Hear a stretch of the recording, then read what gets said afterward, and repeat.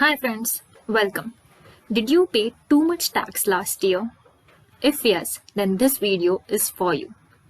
आज हम जानेंगे 5 सिंपल और आसान तरीके जिससे आप अगले साल अपना टैक्स बचा पाएंगे. So, are you ready? Come on, let's start. So, 5 simple steps. ATC, ATD, ATTTA, ATCCD, ATGG.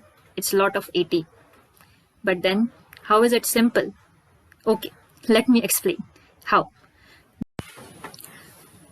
So, first section, ATC. ATC section में, you need to understand that what all things you can include. You get a deduction of the whole amount of 1,50,000. Yes, friends, 1,50,000. But how? If we consider a financial year, so what is financial year? It starts from 1st April and ends on 31st of March every year. So that is a financial year. Her financial year में आप जितने भी investments करते हैं, क्या वो ATC में आते हैं? So let's check. आपके LIC प्रीमियम्स, आप साल भर में LIC के कितने प्रीमियम्स पे करते हैं, उनको आप ATC के डिडक्शंस में क्लेम कर सकते हैं. So check for that. आपके बच्चों की tuition fee receipts, all the tuition fee receipts starting from 1st April to 31st March, you can add into ATC section. Investments in equity linked saving schemes, ELSS investments. All the equity linked saving schemes are deductible under section ATC. So all the investments that you would have made in that financial year, you can claim the deduction. Housing loan repayment. अगर आपने पिछले साल कोई नया घर खरीदा है, उसके लिए लोन लिया है, तो उस लोन का जो इंटरेस्ट ऑन प्रिंसिपल कंपोनेंट है, उसमें से प्रिंसिपल कंपोनेंट को आप ATC सेक्शन के अंदर डिडक्शन के लिए क्लेम कर सकते हैं. So check for your interest certificate. Public provident funds, yes, PPF में अगर आप कोई इन्वेस्टमेंट करते हो तो उसको भी आप ATC सेक्शन में ले सकते हैं. अगर आपके घर में कोई बेटी है, उसके लिए अगर आपने सुकन्या समृद्धि अकाउंट ओपन किया है तो उसको भी आप ऐड कर सकते हैं. And last, senior citizen savings deposits. कोई सीनियर सिटीजन है उसको भी अगर ये ATC का बेनिफिट लेना है तो even that person can claim it under ATC by investing in senior citizen savings schemes. So if you club all of these investments together और आपका टोटल 1,50,000 का होता है तो आप ये पूरा क्लेम कर रहे हैं. अगर इसकी टोटल आपको 1,50,000 नहीं होती है तो फ्रेंड्स प्लीज इन्वेस्टमेंट कीजिए, इसके रिटर्न्स भी ज़्यादा होते हैं. For example PPF you get a return of something 8%. ELSS is also a good investment. So please friends, start investing and save tax by section ATC. Second step, section ATCCD, National Pension Scheme. So who can invest in National Pension Scheme? Actually, every person can invest.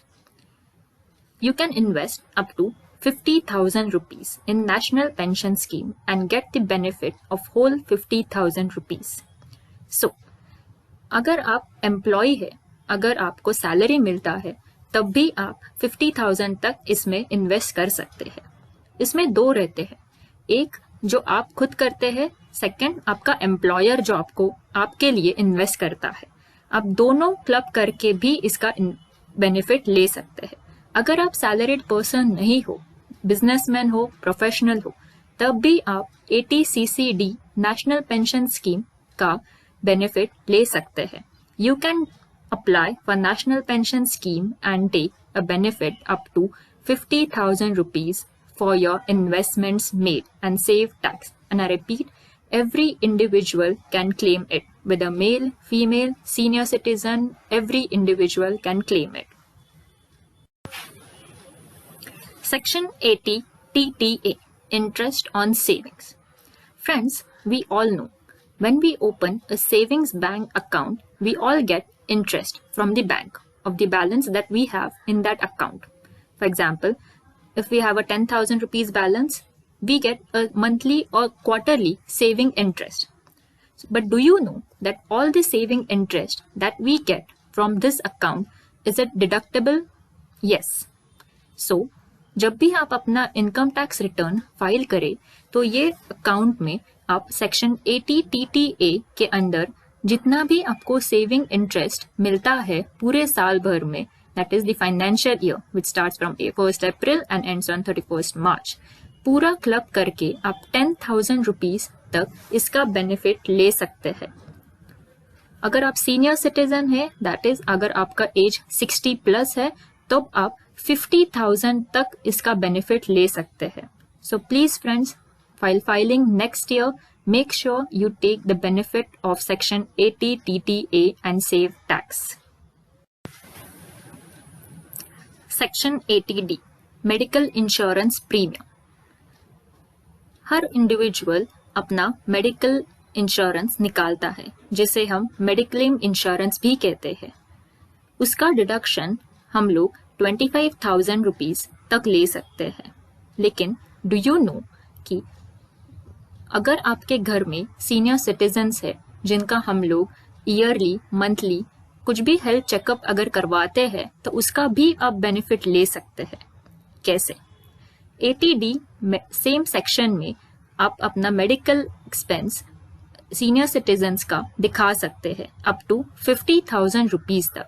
So next time जब भी आप income tax return file करें, आपका medical insurance premium amount plus senior citizens के section में जाके वहां पे जितना भी पूरे साल भर में सीनियर सिटीजन्स के लिए जो 60 इयर्स के अबाव रहेंगे घर पे, उनके लिए अगर हमने कुछ medical expenses, hospital expenses, health checkup अगर कुछ किया है तो पूरे साल का हम लोग 50,000 तक एडिशनल बेनिफिट ले सकते हैं 25,000 के ऊपर. Yes friends, so next time while filing, make sure you take if any benefit available in your family, please mark and take this benefit additionally. Section 80GG, house rent paid. So, अगर आप salaried employee हो तो form 16 में हम लोग HRA दिखाते हैं. लेकिन अगर आपका कंपनी आपको HRA बेनिफिट नहीं प्रोवाइड करता और अगर आप रेंट से रहते हो तो you can claim the deduction under section 80GG. 80GG में हम लोग डिडक्शन 60,000 तक ले सकते हैं. जो भी आपका साल भर में रेंट अमाउंट रहा होगा उसका हम लोग 60,000 तक बेनिफिट ले सकते हैं. इसका बेनिफिट ना कि सिर्फ सैलरीड पर्सन लेकिन हर प्रोफेशनल और बिजनेसमैन भी ले सकता है. अगर आप रेंट पे रहते हो, आपका कोई अगर घर नहीं है उस जगह पे, तो आप इस सेक्शन से बेनिफिट लेके 60,000 तक एडिशनल टैक्स बचा सकते हैं. So these were the simple 5 tips to save tax and file your income tax return correctly and save properly. I hope this video was an eye-opening and would help you in filing and saving your tax for next year. Do subscribe and like our channel, hit the bell icon. Thank you.